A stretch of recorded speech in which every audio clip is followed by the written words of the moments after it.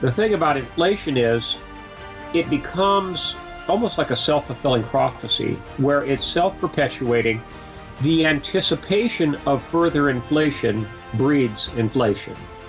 Once inflation kicks in, it's very, very hard to stop. Here at Liberty and Finance, we're licensed brokers with Miles Franklin. We are standing by the inventory, ready to make sure you get what you need, even into the wee hours of night and on weekends, because preparedness doesn't stop. Call us 1-888-81-LIBERTY. That's 1-888-815-4237. Welcome back to Liberty and Finance. We're glad to have this returning guest who's got a broad following. This is James Rawles. He is the editor and founder of survivalblog.com, author of several books about preparedness. He's joining us again this Tuesday, February 8th, 2022. James, thanks for coming back on Liberty and Finance. Thanks for having me on. I wanted to follow back up with you because we had you on last year for an interview, and the title of it was "We Are Living in the Age of Deception and Betrayal. Prepare accordingly, invest accordingly, relocate accordingly." That was a quote from you, and your assessment of us living in the age of deception and betrayal has been very prescient in the way that it's described just, I would say, catastrophic failures and betrayals, whether you look at our medical establishment, our government, representative government and electoral process, whether you look at our financial lives and the keepers of our currency, etc., whether you look at our news media. I mean, every major institution of our Western culture that we look at to be something that we can rely on has just completely been exhibiting that. The age of deception and betrayal.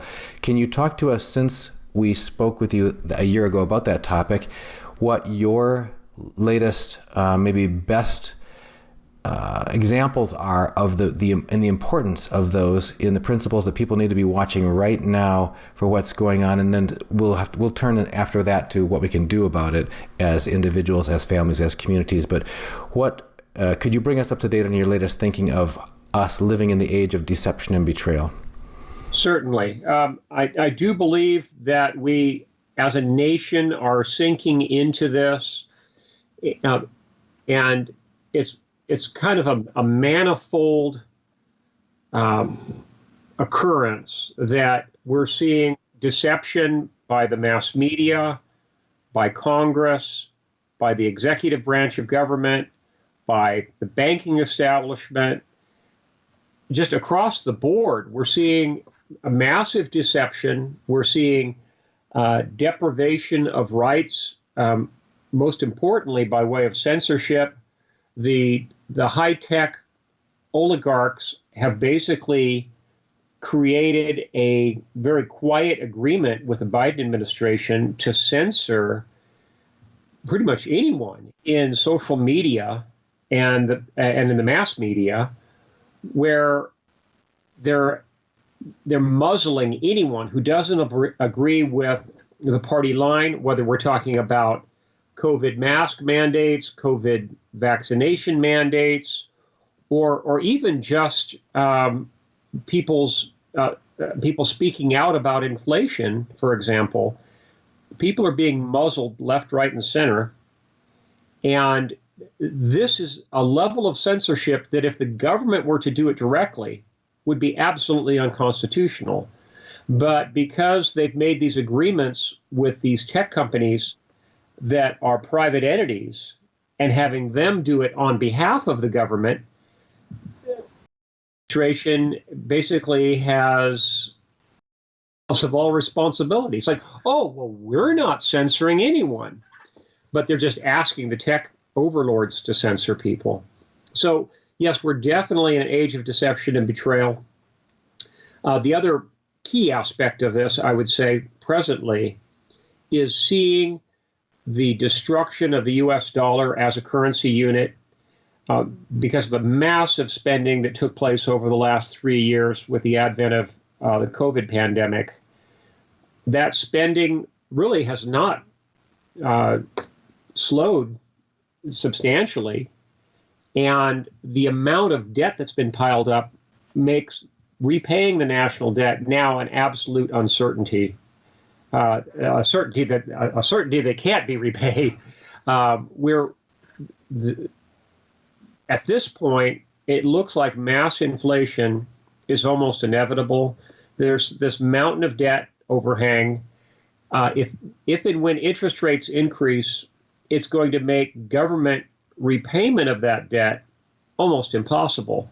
So the only two ways they can get around that are by either A, repudiating the debt, or B, inflating their way out of the problem. I think they're going to choose inflation. Over and over again, over the past decades and beyond, as you just pointed out, when there's a choice, it's the cowardly choice, the choice that does not require backbone that's opted for. So the misunderstood impacts on the ordinary people of inflation is the path of least resistance for those in power. And you've pointed out the burgeoning roots of inflation with us for some time now, in the face of the currency destruction versus sound money. Can you bring us up to date on your latest research in that? Well, we've certainly seen the official rate of inflation. They're now pegging over 7%. The unofficial rate, if you look at sites like shadowstats.com, is well in excess of 15%. And if you look at the figures that are conveniently overlooked by the BLS and other government agencies, like food and fuel, they always say, oh, inflation minus the volatile food and fuel sectors. Well, food and fuel are both up in excess of 40%. That you can't get around that. If you look at the announcements that are coming out of major corporations like Nestle, like Starbucks, Procter & Gamble, Campbell's Soup, just across the board, they're all radically increasing their prices to try to just keep up with inflation, because they have to look at the replacement costs on all these products. It's just not realistic for them to continue to sell these products at 2021 prices. It just can't be done. They have to cover their costs.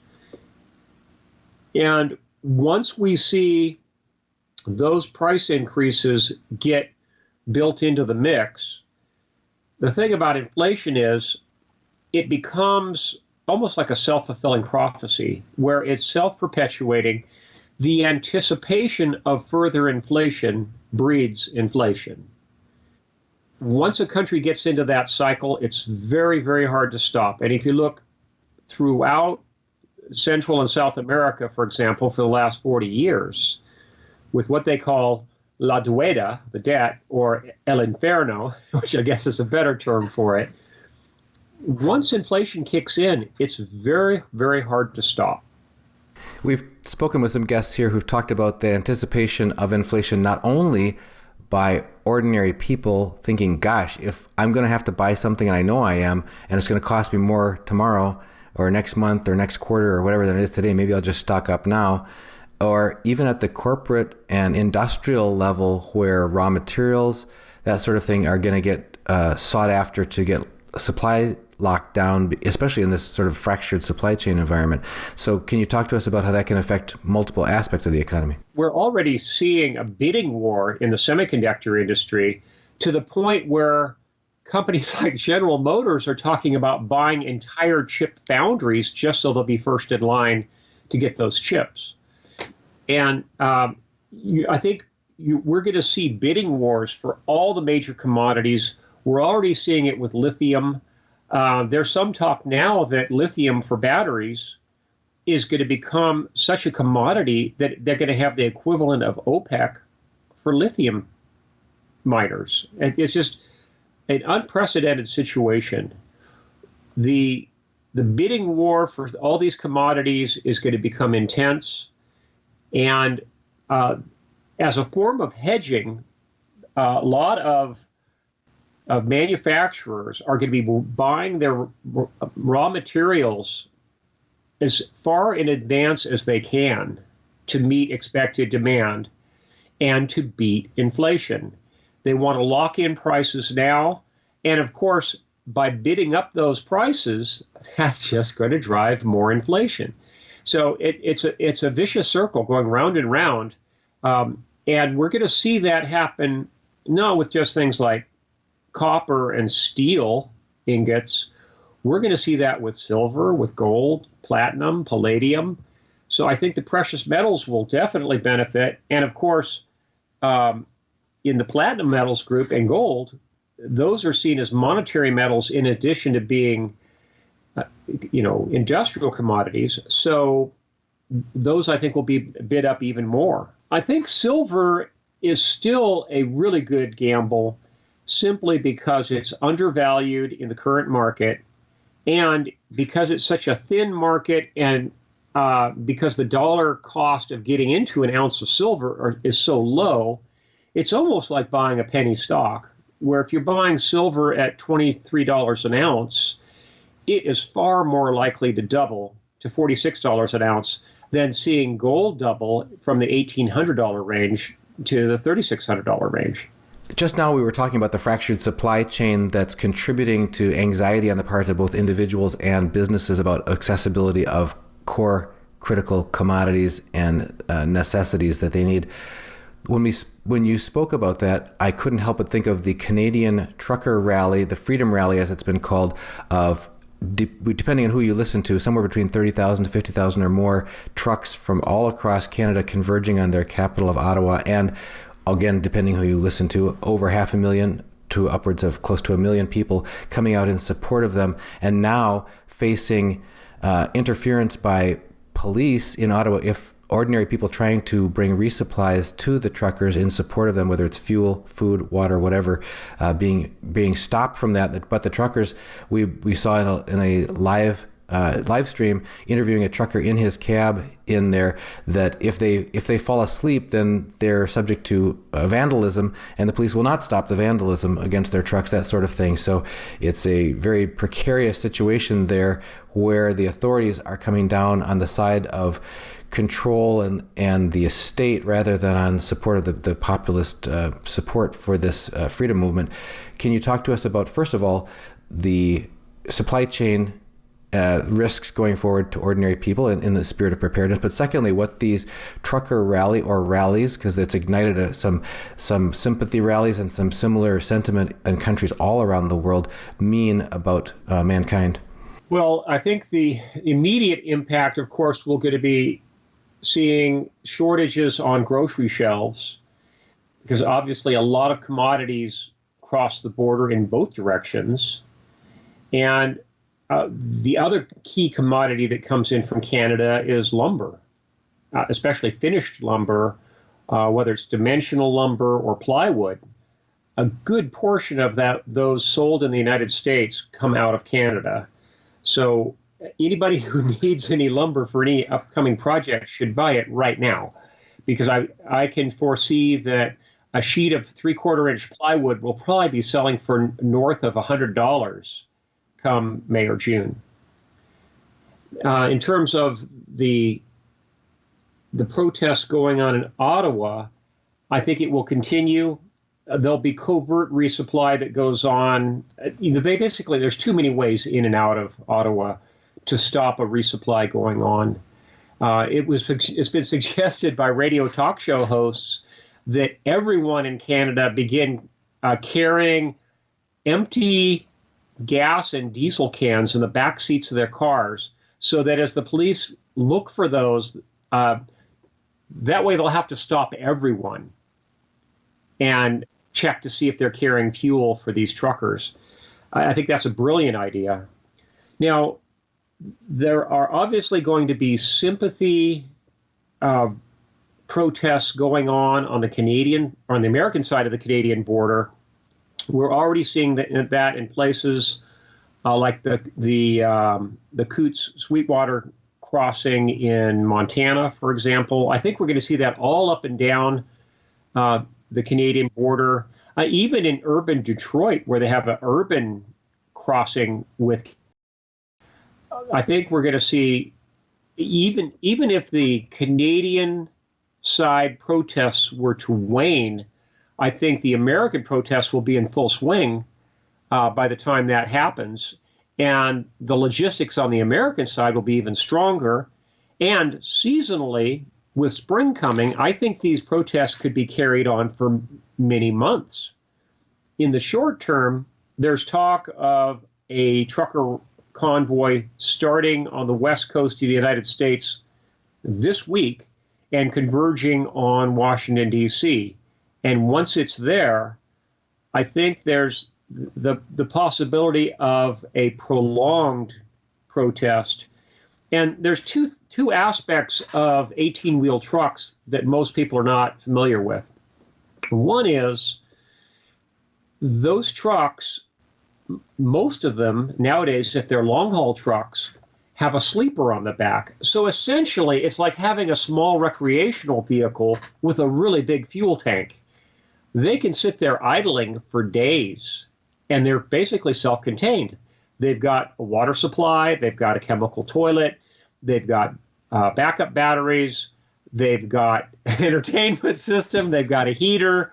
And a lot of these truckers already carry enough, and especially in the winter, enough food for several days, just knowing they might get snowbound somewhere. So a truck is essentially self-contained. The other aspect is you don't tow a 18-wheel truck with a traditional tow truck. It takes a special 18-wheel tow truck to tow an 18-wheel truck. And guess what? Those truckers who run those 18-wheel wreckers are usually sympathetic to the people who are protesting. So even if the government were to order all those trucks to be towed away, you might have 5% of the tow truck companies actually show up to do that towing. The logistics of that would be absolutely monumental. I don't think it's going to happen. In concert with this, we talked about, now these demonstrations are converging on national capitals for the reason of basically taking truth to power, basically taking the message, the protest, the organized rally to the place where the decision makers are blocking and are sort of instigating a lot of the policies that these people are rejecting as unconstitutional, invasions of privacy, invasions of freedom, etc. This draws the attention to different areas of the country having very different cultures emerging and frankly different restrictions emerging over the past year and a half to 2 years from those in power. We talked to you last time about relocation and urban flight, and are there still liberty-loving places to live in the USA?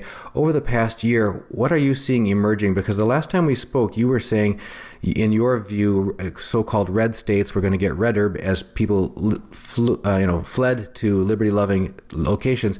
Do you see, though, a bifurcation of our country? Do you see a bifurcation of any of those states where it's not going to be the entire state, but just portions of it? And what direction do you see this heading? Well, I think it's going to continue. The divide between red and blue states, or just red counties and blue counties, is continuing, and the divide is getting deeper and wider with every passing day. The things that people have in common who live in the heartland versus those who live in the coastal areas is radically different. And if you look at places like upstate New York versus New York City, or northern Colorado versus Denver, or eastern Oregon versus western Oregon, or eastern Washington versus western Washington, those differences are profound. And inevitably, I believe this is going to lead to a bifurcation of a lot of those states. We're going to see partition of those states where the more rural portions of those states are going to be demanding that they become separate states. And of course, that will probably mean a slight difference in representation in the House of Representatives, but a huge difference in terms of the U.S. Senate. Because if we go to 51 states, 52, 55, 60 states, each of those new states is going to have 2 U.S. senators. And those new states that are being formed are going to be conservative states. So you take a state like Oregon, for example, that currently has 2 liberal senators, and you end up with a new state of Eastern Oregon, then you're going to end up with a split and a definite shift of power in the U.S. Senate. It'll be less dramatic in the U.S. Congress because that already we have congressional districts in the rural portions of those states that are represented by mainly Republicans. But on the Senate side, the difference is going to be tremendous. I do think that partition movement is going to gain steam over the next few years, and it's essentially just going to become a tidal wave. All it's going to take is one state successfully doing that, and they already have the precedent of West Virginia splitting off of Virginia. It's not like it hasn't been done before. All it'll take is one state, and then suddenly we'll see states like Texas that may decide they want to be 5 states with 10 U.S. senators.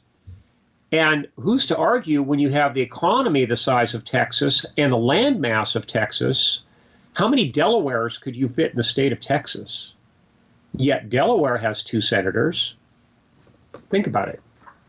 As you look at people who are approaching you, and your son, I understand, runs a strategic relocation company, what is the current trend in the numbers, the interests, the concerns, where people are wanting to move from and what they're wanting to seek out, and where you're suggesting they consider looking as strategic destinations? Sure, certainly. I talk in terms of the American Redoubt, which consists of Eastern Oregon, Eastern Washington, Idaho, Montana, and Wyoming.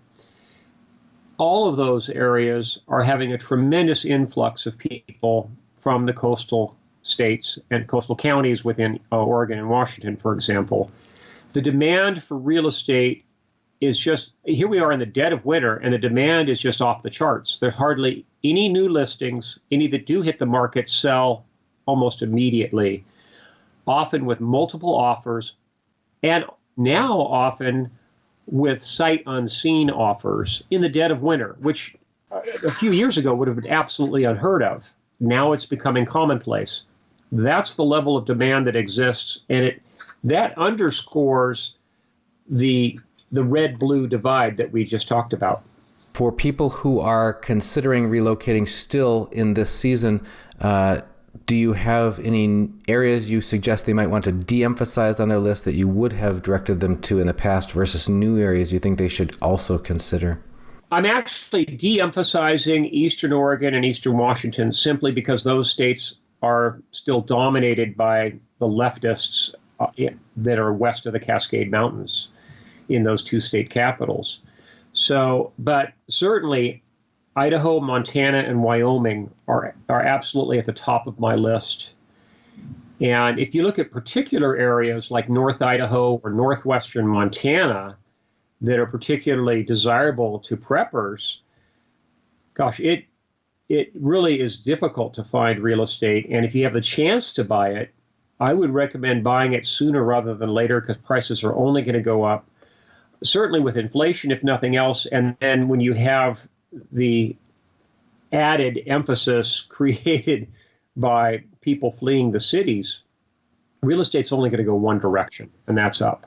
We've also heard concerns in the last month and a half of basically war games and scenarios and simulations being exercised on an international basis about mass cyber attacks of critical infrastructure. You've spoken with us in the past about the U.S. electric grid, and part of it was around the American Redoubt 5-state area that you talked about, which is plentiful hydropower, that sort of thing, and water.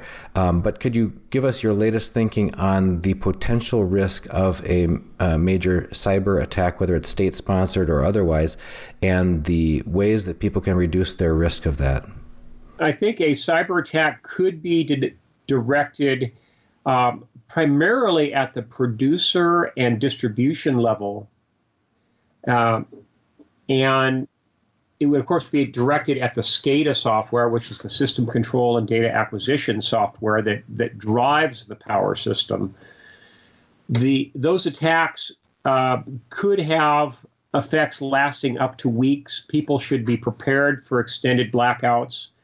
But the advantage of living in a power exporting region, like either the Four Corners region down where New Mexico and Colorado, Arizona come together, for example, or the northwestern United States, is because those are power exporting areas, those portions of the grid might go down briefly, but they'll probably come back up with what's called islanded power, where they island those power producers' portions of the grids, these power co-ops, for example, with locally produced power. So even if the entire Western grid were to go down, I think we'd probably see islanded power come back up locally within hours or days, even if the Western grid stays down for weeks. So that's another advantage to relocating.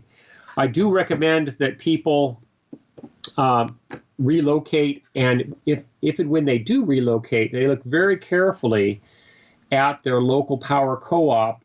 And you might even want to, before you even make an offer on a piece of property, ask that local power co-op if they have contingency plans to island their power in the event of a grid collapse. And that's assuming that they have generation capabilities, because it doesn't do any good to island their power if they don't have local generation. What are you looking at in terms of regionally? People are concerned about climatic change. Some people have been talking about global warming, climate change for some time, hotly debated. Other people saying, no, we're heading into another ice age. You need to be in some place that's below a certain parallel in order to make sure that you're going to have temperate enough weather to be able to grow crops. In your focus on the Northwest U.S., it seems to be confidence built into that assumption that there's going to be the growing season long enough to grow crops. Is there any concern on your part that people should be also considering warmer climates if things go south? Literally. Well, if we do see global cooling, of course, you could make up for a shorter growing seasons with some glass. All you have to do is build greenhouses. But, of course, large-scale agriculture, we might see some serious disruptions. I am leaning more toward cooling rather than warming. And if you look at the politicians, I just read a headline yesterday that Barack Obama is building a beachfront home on Oahu, a multi-million-dollar house. If he's so convinced that we're going to have global warming and rising sea levels, why is he building a beachfront house? So I'm leaning toward cooling rather than warming. And lastly, can you talk to us about advice on the Second Amendment rights and home protection? We've had an administration change. We've seen a year's now play out under that. What encroachments, additional infringements is the constitutional word to use against our Second Amendment rights do you see happening or in the works? Which do you think are credible? What do you think people need to do to prepare for that? Well, there's definitely some things in the works. One, of course, is it looks like there's going to be a restriction on forced reset triggers, like the rare breed trigger or the wide open trigger. They've already started at the wholesale level trying reclassify those as machine guns, which is absurd. There could be restrictions on binary triggers, but that's less likely. But more broadly, I think the important thing to look at are restrictions on home building of guns from 80% complete receivers, reclassification of upper receivers for AR-15s being classified as firearms. Heretofore, you could just mail order a complete upper, and it's not classified as a firearm. But from what I've read, the Biden administration, as of June, is planning to reclassify those and require the Form 4473 paperwork, even if you just buy an upper. They're also going to reclassify 80% receivers and part sets. All that will be considered firearms. So if anyone wants to do an 80% build, they should immediately get themselves their 80% complete frame, get themselves their part sets, and get those built before the law change. So whether you're talking about AR-15s or 80% Glocks or 80% SIG 320 trigger group modules, you should buy those now. Stock up now. Stack them deep. One other change that the Biden administration has announced, and they had kind of a sham public comment period, but they apparently intend to absolutely ignore those comments and have restrictions on arm braces for pistols. And right now, arm braces on AR-15s and AKs are incredibly popular. There have been now in the millions of those arm braces produced. And unfortunately, under the new law that's actually not a law, it's just a reclassification by the BATF, the Biden administration is planning to reclassify any pistol equipped with an arm brace as a short-barreled rifle. And that's potentially that is a felony with an up to 10-year prison sentence attached for failure to pay a $200 transfer tax. So there's a few ways around that. People can either weld a barrel extension onto their pistols that are equipped with an arm brace, and then they call it a rifle, or they could register that pistol equipped with an arm brace for $200 as what's called an SBR, a short-barreled rifle. But it's kind of absurd that they're going to basically be turning more than 1 million people into potential felons, and some people won't even realize it until after it happens. So anyone that is planning to buy an AR pistol and arm brace it, I would recommend that against that right now, unless you want to pay the $200 transfer tax. And if you presently own one, I recommend that you go ahead and try to find if you have for example, a 12-inch barrel AR pistol, get yourself a 6-inch long XM1770-2 style flash hider, so that if this law changes, you can have that, you can attach that, and you have to actually weld it in place or high temperature silver solder it in place to be legal. But buy those parts now. Otherwise, you're going to end up having to pay a $200 transfer tax. Well, Jim, if people want to follow your latest research and writings, where should they get connected in?